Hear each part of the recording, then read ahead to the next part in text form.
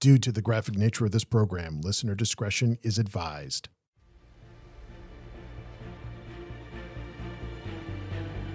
To the west of the great continent of Kern lies the island provinces of Perth, home to brave seafarers, exotic pleasures, storms of swirling magical energy, and cults dedicated to the old gods.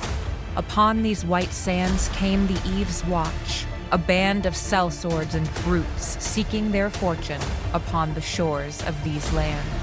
Let me tell you of this age of legends, for I and I alone am keeper of their saga. This is their chronicle.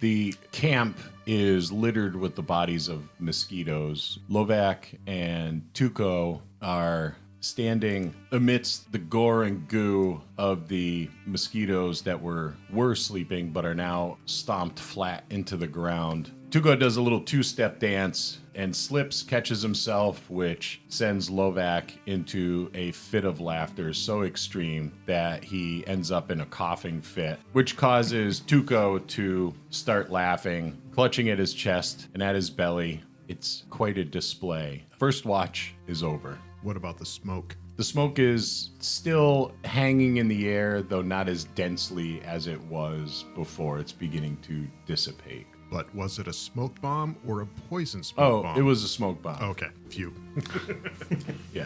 Thank you. So Ku goes around and surgically removes all of the proboscis so people aren't just grabbing them out. Shynn, do you still have all of these sticking out of you? No, they were removed. How? Our surgeon is wandering around removing them all from us, yelling at us to not take them on ourselves. And Jeel had a couple. Hey, you took those out first one. Oh, it was just one? No, you were the first one to take them out. I had two in me, I think. And I also had one, which I would allow you to remove. And then I know some people may have wanted to harvest the proboscises, Tuco already checked them for poison and found no poison present. but the proboscises could be used for like darts or something maybe. How big were they? I will take several for alchemical funnels. Okay, so pencil size, not arm size. No. Yeah, no, not me. And then we can just pitch the dead mosquitoes over the cliff. Unless somebody wanted to try and eat them. In a pate. I think we can pitch them as not to draw scavengers here. What about Jeel's net? He's just going to turn it inside out. He's going to flip it over. He's going to be fine. I'll shake out the bits and pieces that are left in there. I do want to point Swing it out. around above my head to let the goo kind of flick out of between the meshing, and then hand it back to him. I do want to point out, with a stinger like this, I think our mosquito net is useless. It's a fair assessment. It worked so far. Yeah, it looks it. Ku, who is on third watch, will head back to his hammock to try and get a couple hours of sleep. I'll Tuco. hand Jeel back his. Tuco on second watch is now up and ready. Mule will return to his slumber. G will too, and he'll cover himself up in the net. So drippy. I spin dried it. So drippy. On this second watch, Tuco is curious, how far away is that large stone that the figure was reclined against? Is there a center point to the camp? You guys aren't. We're at you the, don't have we're a at the fire, wood's edge. right? No fire.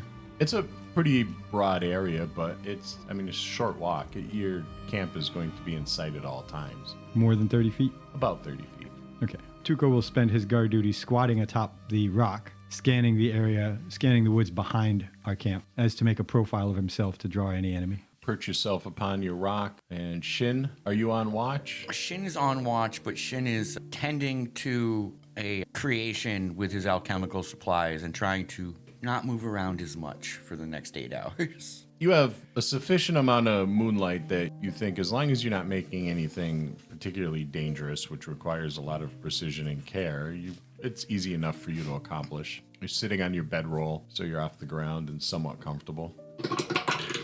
And your hour of watch, 2 hours. 2 hours of watch, goes uneventful. You can hear the crashing of the waves far, far down below. It's fairly soothing. And soon you find yourself coming to the end of your watch. Third watch was Ku. So Tuco rouses Ku and comments to Shynn on his way by, now that's how you do watch. Ku will make his way to the rock that Tuco was at because it's with the back to the cliff And what moonlight is there, because Ku doesn't have dark vision, so he can look forward in one direction, not really worry about anything coming up behind him, and have his short bow out and ready with an arrow knocked off to the side, and just sit and wait and watch. It's a much cooler night than the past few nights, which is welcoming. It's calm, you can hear the sounds of the jungle, but it goes uneventfully. The only struggles you have, Ku, that is, certainly not Shynn, is staying awake. After the battle with the mosquitoes, you're tired, muscles are sore, and the rock, this big rock that the cairn of the warrior is built up against, is surprisingly comfortable after such rigorous physical activity. Before going to bed and waking up the fourth watch, which is Mule, Ku will check in on Shynn to see what he's up to. What you working on? I'm working on an anti-venom. Okay. We did get some anti-venom from the queen. I'm using my time. Okay. Yeah, you've got plenty. As long as I can do it, we might as well do it. Do you need any help with anything? Not with this part. It's just slowly mixing and gelling. Once it ages a little, it ought to be okay. I will peruse my herbalism kit and provide any herbs that might assist with an anti-venom and give them to Shynn and instruct on how to use them. When you get a chance, talk to Tuco as well. Oh, yes. I plan on, once we get some downtime, the three of us should get together and see what we can come up with. Then Ku will make his way off and wake up Mule and head to his hammock. That time already, huh? All right, I will rise, go off to find Shynn. Not that far away, sitting on his bedroll for once. No one woke me, so I assume watch is clear so far since the barrage of Yeah, nothing new. mosquitoes. What you up to? Oh, just putting my time to good use. Just mind the trees. Keep yeah. an eye. I will walk my watch. I will pause, every probably 15 minutes or so against the rock, but I'm not going to sit. Being up and walking is therapeutic.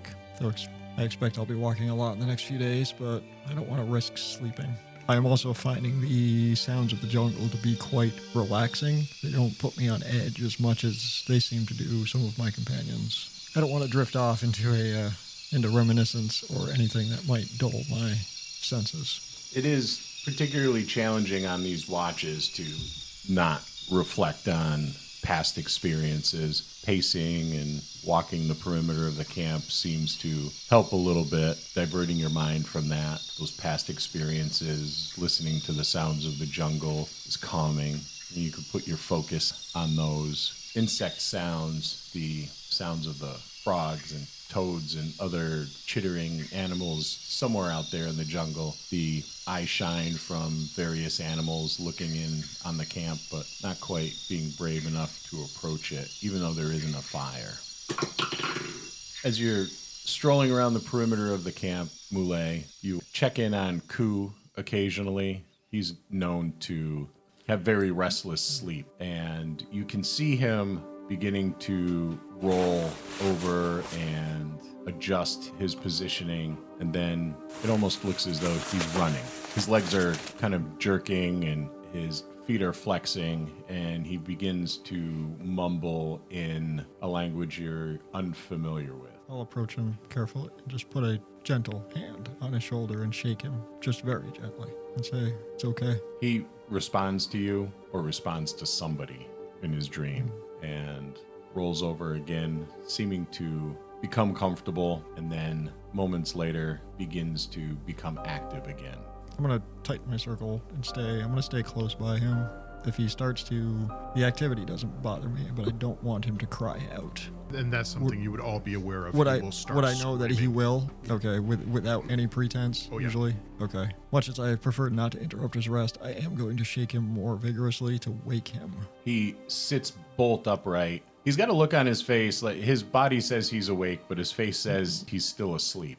I will say, Kusen Holt, and see if it wakes him. And he'll mumble something back at you, but it's unintelligible. A low mumble, different language that you haven't heard before. You've heard him speak the language, but you've never heard it spoken anywhere else other than bedchambers or bedroll at a camp. More sharply. Ku. And then he lets out like a high-pitched shriek. I'm going to clamp my hand over his mouth. He begins struggling, grabbing at your wrists, Yep. kicking his legs. Ku, wake up. Monk, just let Hey. you know. Yeah, I may take Those reflexes. I may take some damage here. Anyone else in the party roused by the shriek?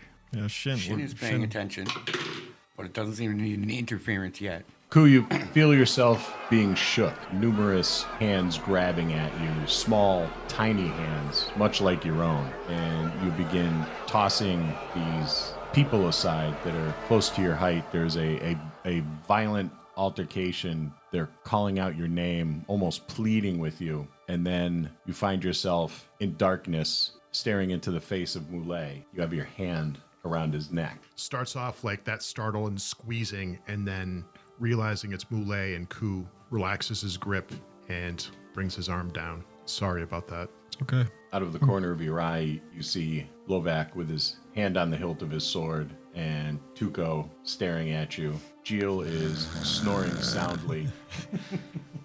And Shynn look from across the camp, looking at you, specifically your hand around Moulet's neck. Sorry, it was bad dream. Some crazy engineering with a firearm and some bouquet of roses. Enough to scare the daylights out of anyone. Yes, You're okay now? I'm okay now, thank you. And Ku will try to go back to sleep, but he never will. He'll lay in his hammock for a while, but then get up and just relax until morning. Well, Lovak is up. How close am I to the end of my watch at this point? You're at the halfway point. Tuco? Go back to sleep, Lovak. You still got an hour. Thank you. Tuco, after being roused by a small screech, realized that we are in Moulet's watch, and he wanted to talk to Moulet anyway. So he's going to take this opportunity once everybody else settles back down to get up, because he's just laying there in leathers. It's too hot for covers. And approach Moulet. Hey, you got a minute, man? You want to talk for a second? I have another hour, so Yeah, sure. yeah, cool. And he's looking around and he sees Shynn over there. How far away are we from Shynn? What, like 30 feet probably? Yeah, 30 feet. at So the most. A low whisper is not going to carry that far, especially with jungle sounds. So today when we were fighting mosquitoes, I've seen you do some weird stuff. You turned into like something wholly different. What's going on there, man? Frustrations. Is that like a spell? What is that? It's a spell. It's a spell. You turn into any other crazy monsters? No, you've seen me use it before. I usually prefer to bite, but I did not think that biting would be very tasty here. Right. Yeah, I agree. They did not look tasty. But there was the need to brutalize something. I think you can understand that. You in control of that? Yes. Yeah, okay. Because that was pretty freaking scary, man. I got a strong stomach. That was creepy. All right, just want to make sure we're all under control here. So far. So far? So far? Sleep well, Tuco. But you can't leave it like so far. What does that mean, so far? The future is not written. Jeez, that's a frustrating way to end a conversation. Well, whatever, man. I'm going to keep my distance a little bit. See you, dude. And Tuco returns to his sleeping mat. The rest of your watch goes uneventful. You glance over at Ku occasionally. He's motionless, but he's awake, staring off or up, at the sky. I will wake Lovak. When you head over to Lovak, he's already awake. He's crouched on the ground. He's in his armor. As you start looking for him initially, can't quite see him until he actually moves. Almost like he shed darkness. So it's almost like the night, the shadows, the darkness were drawn to him until he moves. Looking a little dimmer than usual. It's been an exciting night. Are things okay with you? I don't think they could possibly be any better. Saw a side of you tonight I'm not used to seeing. When you were a child and you went down into the cellar or out to the shed during the evening, as you're heading back to the house, there's that creepy little feeling, almost like something's watching you. Oh, yes. Almost like something's following you. Daily occurrence. And your pace picks up just a little bit, and you think, well, there's nothing really there in the dark. That's me. Something to ponder on.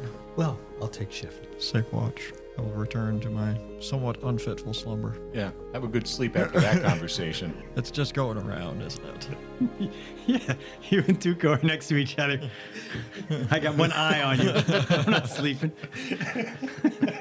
You got one eye on the guard. I will most likely pass my last 2 hours in sort of meditation, so unaware of my surroundings, but not really sleeping. I'll stroll over to Shynn, give him a nod. I'll let you watch the field. I'll be in the tree line. Grab my spear and take up a position just inside the tree line, just past where we're staying, or we're camped. Past the little alarm system that was set up. Yep, just outside of it. Lovak moves past the strings with the bells, stepping gingerly over them, and doesn't so much enter the jungle as he kind of fades into it. Once Lovak gets up, and maybe when first light happens, Ku will get up, he'll pack up his hammock, he'll wait for it to get light enough out to break open his herbalism kit, and he's going to make more of those refreshing tonics, as many as he can make for the journey, especially for Jeel and everyone else. Once he's done with that, and it's light enough out, he's going to scan the area for any herbs and fruits that he knows would be useful.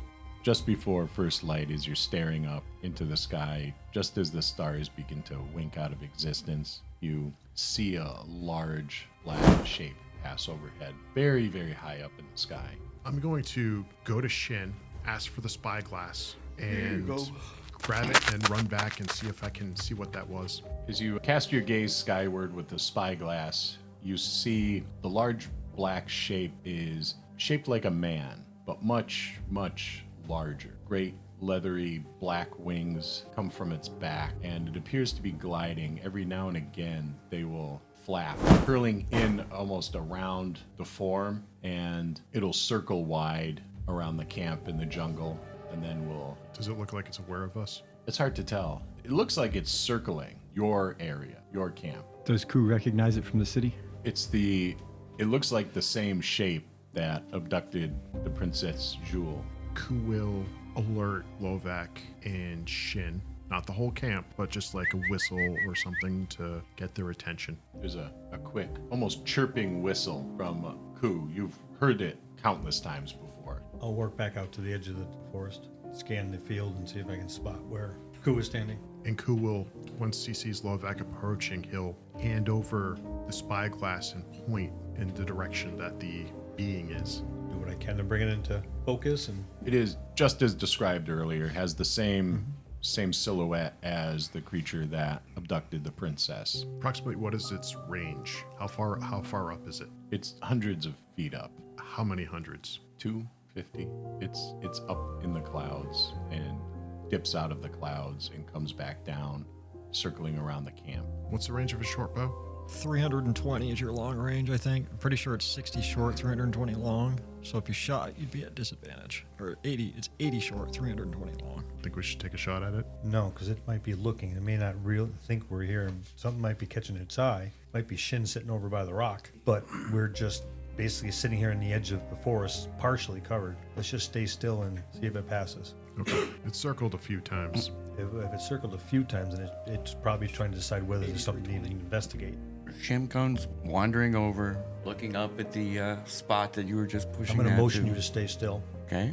I'll stop mid-stride, but my head goes on a pivot. Point up, and the symbol of the we're being watched. I'll start scanning. I don't expect to see anything other than like a little speck of black, but I mean, if it's only 200 feet in the air, you'd see it pretty well. Yeah, it's large.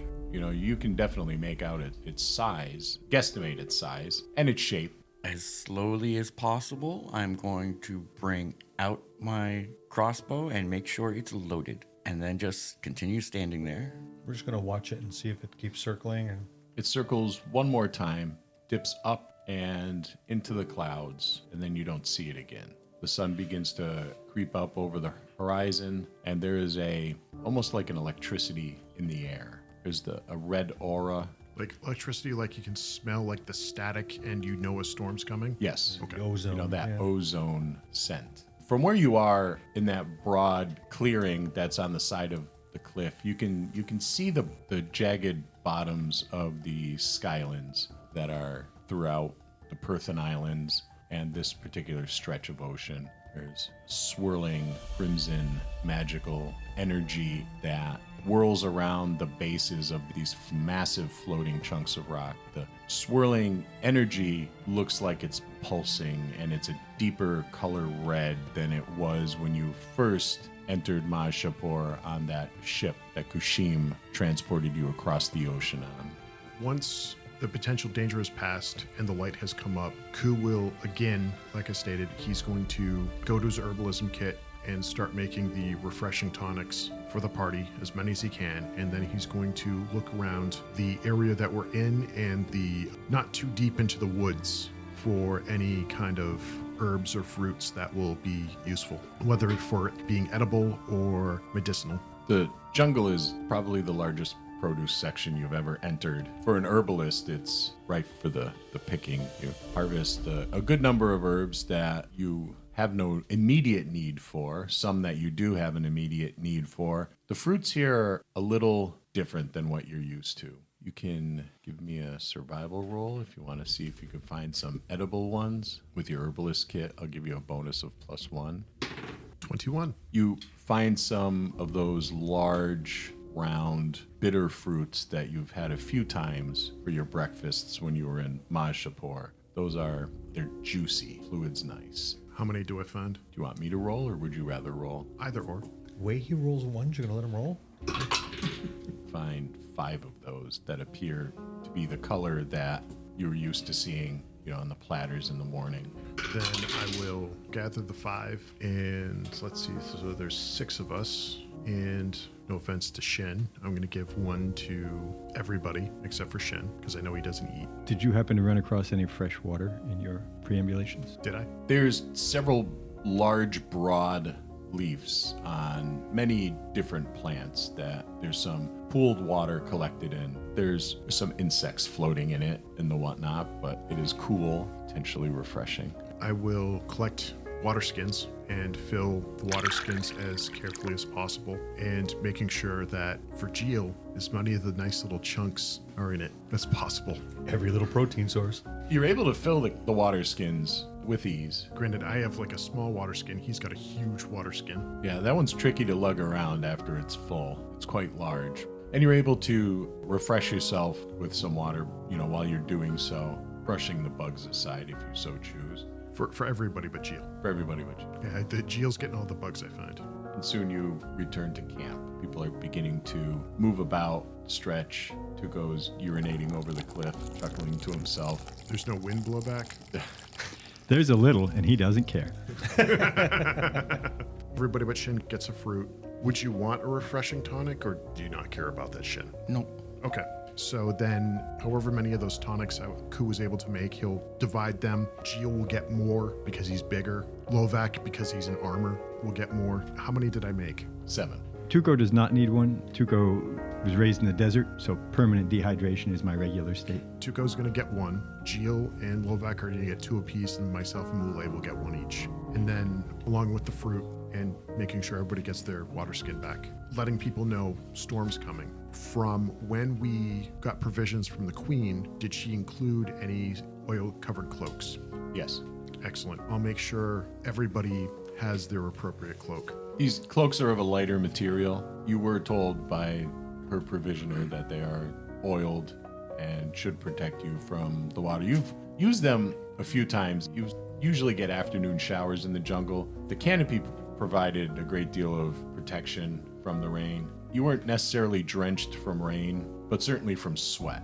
There's a lot of boots hanging upside down on sticks jabbed into the earth to dry out the insides of them. Well, everyone's preparing. Since I was already on watch, I would have taken my stuff down pretty quickly. And I'm just going to sit there with a stone and start rubbing off the rust from the blade that I found to keep myself occupied while I'm waiting for everyone else. And once we're all down to breakfast and eating, then Ku will inform Mule, Jeel, and Tuco about the flying man and how we're pretty certain it's the same one that took the princess. Do you think that it's us? Yes, I think so. I feel like it's likely if it was that low. I mean, we're in the open here, so. Well, it's seen some. Some were camped just inside the woods. Well, there goes the element of surprise.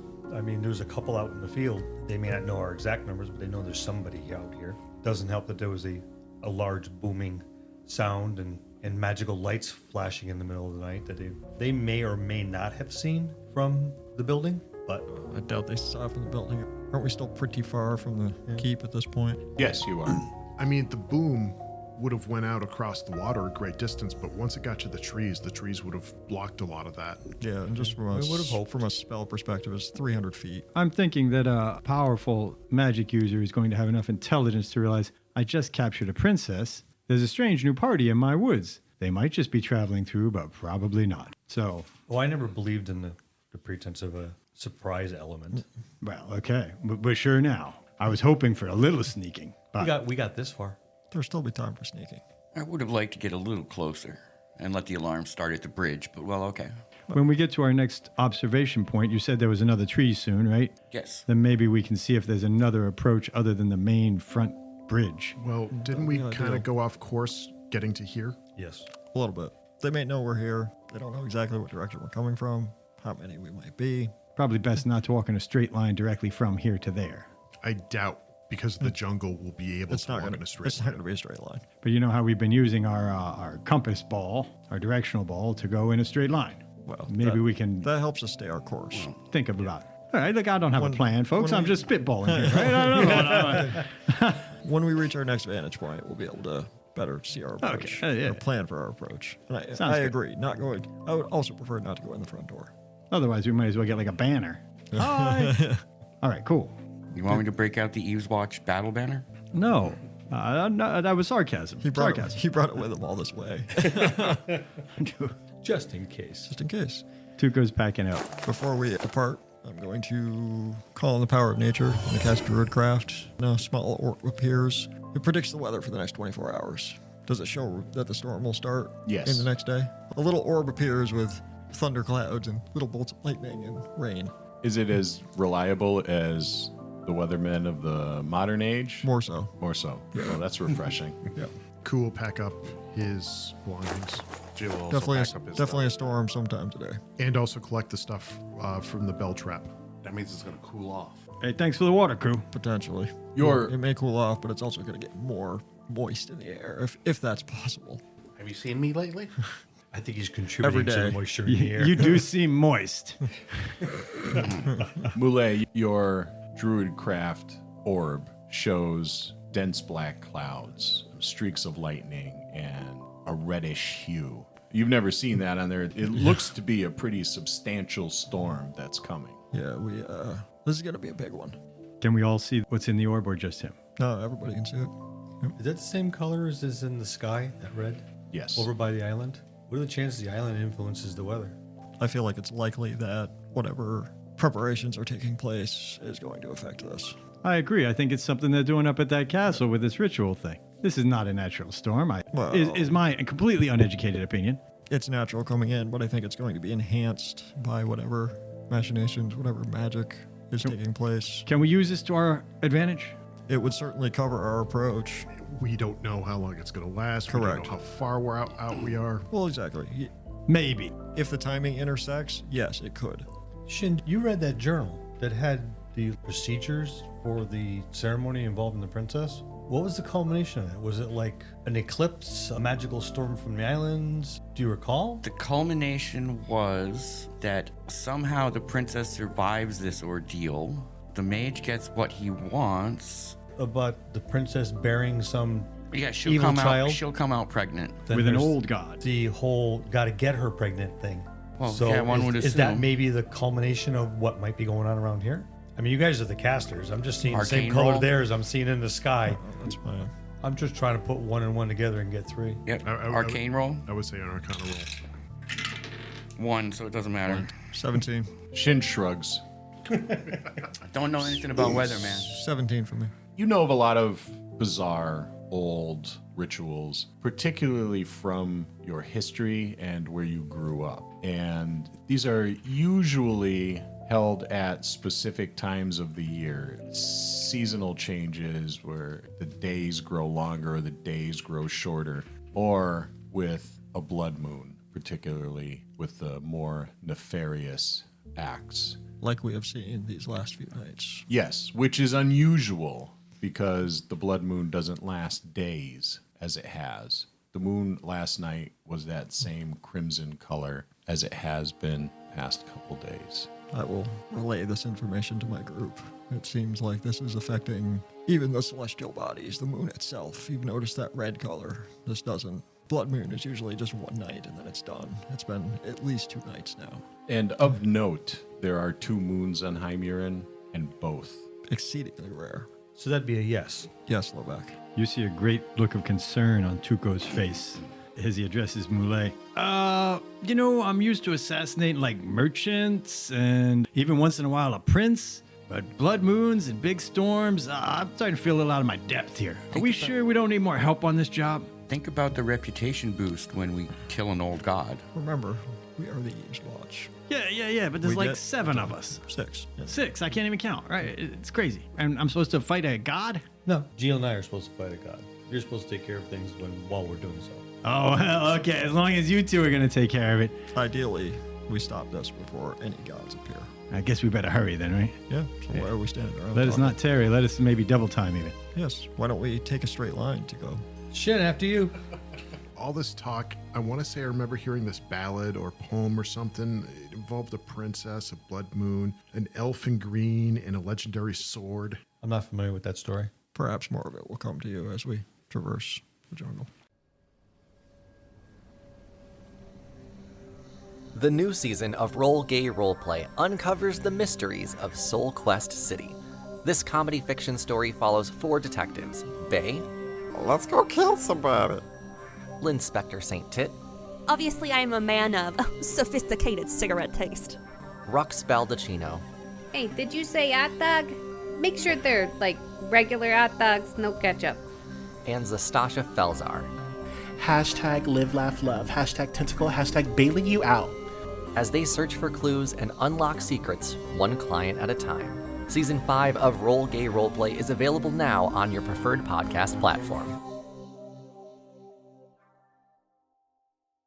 As you depart your camp, Shynn raises one finger, and you do recall, Shynn, that this wouldn't be what you would call a conventional pregnancy, one that occurs by the means you're all familiar with. This is strictly a magical ritual, almost a divine conception, if you will. Or a non-divine conception. Probably more accurately said, yes. The divine comes in all colors and flavors. Chocolate, Probably. strawberry, Who would want that? durian. That's the chaotic neutral flavor. And you file into the jungle just as the oppressive heat begins. I'm eating my fruit, drinking some water. Your water has a lot of floaty bits in it. I can't see them. At one point in time, Jeel picks a large multi-legged animal out of his tongue and flicks it aside. I think that one was still alive. Sampling the local wildlife, Jeel? Yeah, Cool, where exactly did you get the water? Off of leaves. it does a body good. I've seen him eat worse. So as we're going, instead of using my water, if we happen to be going by some broad leaves as he instructs, I'll drink that water instead. There's a lot of it at this time of the morning. Okay.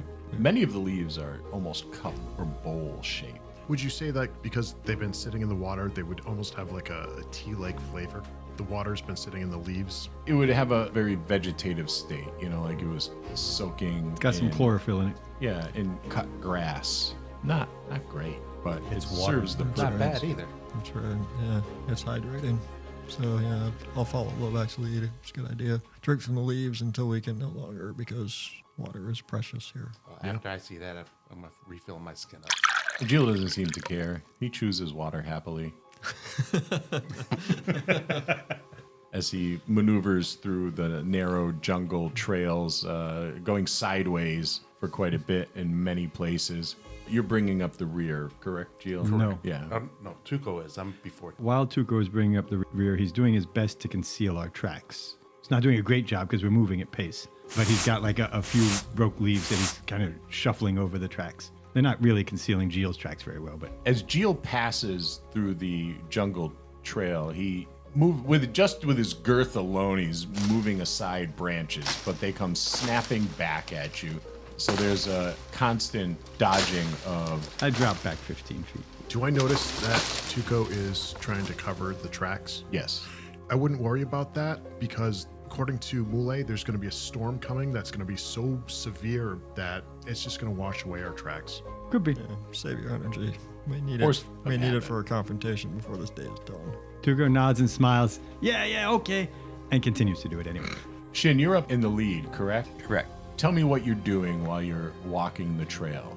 I am every couple of 100 paces, now that we're into super dense jungle, making sure we're heading in the general direction, because I assume we're going to be doing a zigzag path, Yeah, you are. because I don't want to machete through these trees. In between that, scanning out for anything that's out of the ordinary, really. I'm not really a jungle person. So you're checking this orb of direction you have periodically. Yes. Yeah. You feel like you must be getting close to that one large tree that you spied when you climbed up that first big tree. It's late morning by this time. The going is slow. You're all starting to get a little fatigued. Jeel is complaining fiercely about the heat and is stopping at every leaf he can find, even that has a drop of water. He's licking leaves, but you feel as though you must be getting close. I will pass down the line to start watching out on the sides because I don't think we can hit this tree exactly. So start looking for something that's above the canopy. If he's licking leaves, I'm paying attention to what he's going to potentially lick and tell him, no, not that one. Yes, that one. Don't need him in a hallucinatory fit, suddenly going into a rage.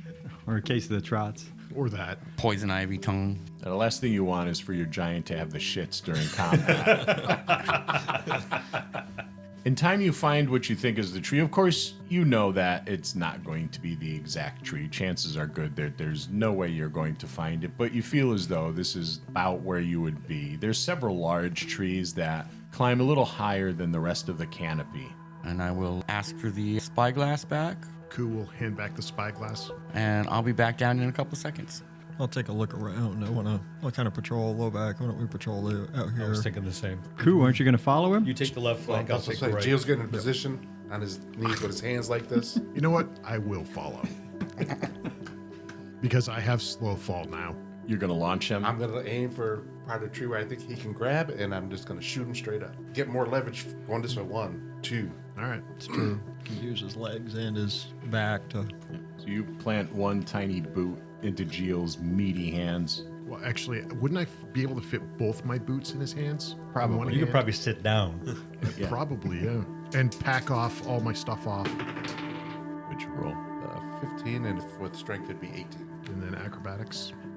Cool. That's a 5. You can re-roll the ones, but you can't re-roll the twos. Just for the record, the DM was laughing right there. Jeel squats really, really low. So low that his butt is almost touching the jungle floor, and he explodes in an upward motion, again leaving the ground, this time even higher than he did when the last time he launched you up the tree, and you rocket skyward, almost perfectly towards this nice big branch, and you go by it.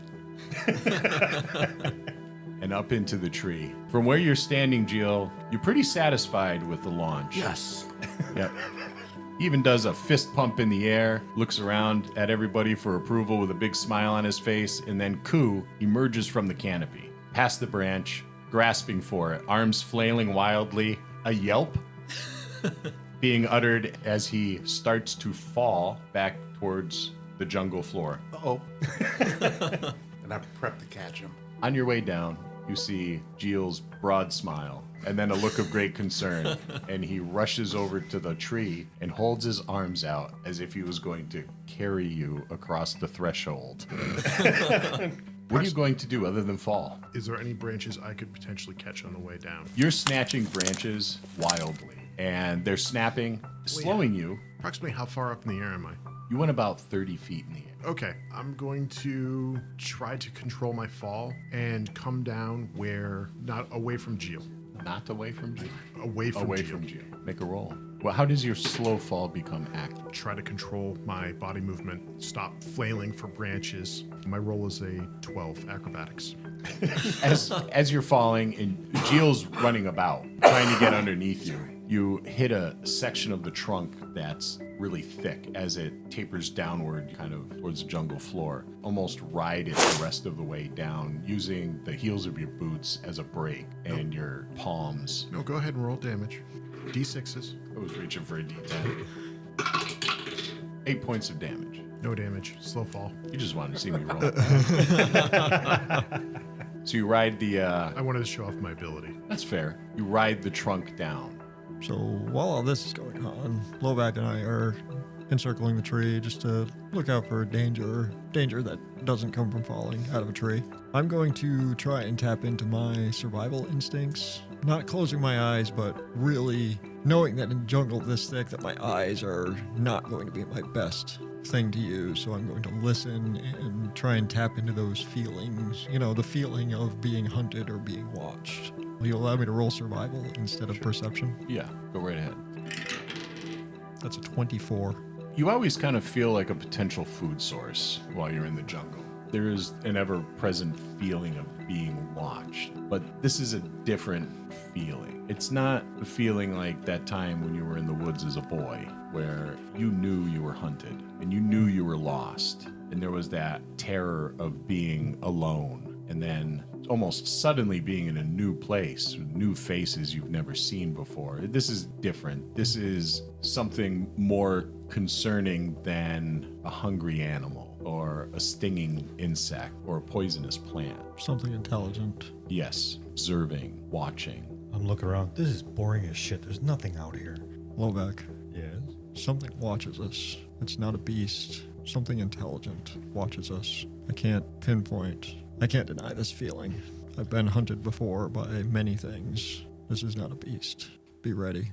Well, usually I'm the one doing the hunting, but yeah, I'll keep out. I'm going to pay more attention to 10, 20 feet up into the canopy as opposed to down on the ground. The ground's so thick that no one's going to say anything. So if we're being watched, it has to be from a height. That's where I would be. So that's where I'm going to concentrate my attentions. Lovak begins scanning the trees, the dense canopy above. Ku is going to look to Jeel to make another attempt up. Shynn, you make it to the top. You have not yet felt the touch of Ku's mind to yours. You take out the spyglass, check the directional orb, and begin scanning the mountaintop jungle for the key. In time you find it, you zoom in, you get a little more detail this time. The tree you're in isn't as tall as the last one, but it does grow beyond the rest of the canopy. There's a few tall trees like this that you see scattered about the jungle, crawling up the sides of the mountain, and some even around where the stone bridge to the keep is. On the bridge are many more of these guards, far more than there were before. They're posted at stationary posts at the beginning of the bridge, at the end of the bridge, and there's a patrol 4 deep walking the length of the bridge back and forth. These humanoid things are reptilian in appearance. They are armored in leather armor. You've never seen anything like this before. You've encountered lizard folk in your travel, and you've fought them. They're known to be fierce warriors, but these look differently. They're not dragon-like in appearance. They are very reptilian, almost snake-like in their appearance, but they have limbs, arms, legs, and tails. Okay, estimated time for us to reach the keep. It could be days. It's that far off still. That far off, and travel through the jungle hasn't been easy. The terrain is somewhat rugged, or not somewhat, but is very rugged, and the conditions are unforgiving. Now that I'm a little closer and I can get a little more detail, I've got everything I need to know from the bridge right now, so I scan up to the keep that looked like it was in disrepair. Does it look like it's in disrepair that's being left alone? Does it look like it's being rebuilt? It's not being rebuilt. It looks like it's just fallen to disrepair. At some point in time, it looked as though it was attacked. Where the stonework once was, there's some large rocks filling in the gaps in the walls. The embattlements in some areas are almost non-existent. There are some holes in the walls in the upper level of the keep. It doesn't look as though it's being rebuilt. Okay, in even the slightest. If I concentrate specifically on the keep for a while. With the spyglass? Yeah, with the spyglass, I'm going to give it a good 5 minutes. Do I see any humanoid type activity on the keep? There's a great deal of humanoid activity within the keep. It looks like there's a relatively large number of these reptilian, snake-like soldiers there. And just as you're kind of narrowing in on the interior of the keep walls, you are snatched from behind with talon-like hands and are jerked aloft, losing grip on the spyglass. And that's where we'll leave it for this week. Join us every other week as the Eve's Watch continue their adventures in Perth. Thank you to our patrons. Find us on Patreon to join the executive producers team and support the podcast. Our cast: Bill Robitaille, Louis Aponte, Frank Whedon, Jared Parker, Marcus Holt, Sin Morse, our DM, Scott, and me, Nova. Thank you, our listeners, for joining us every other week.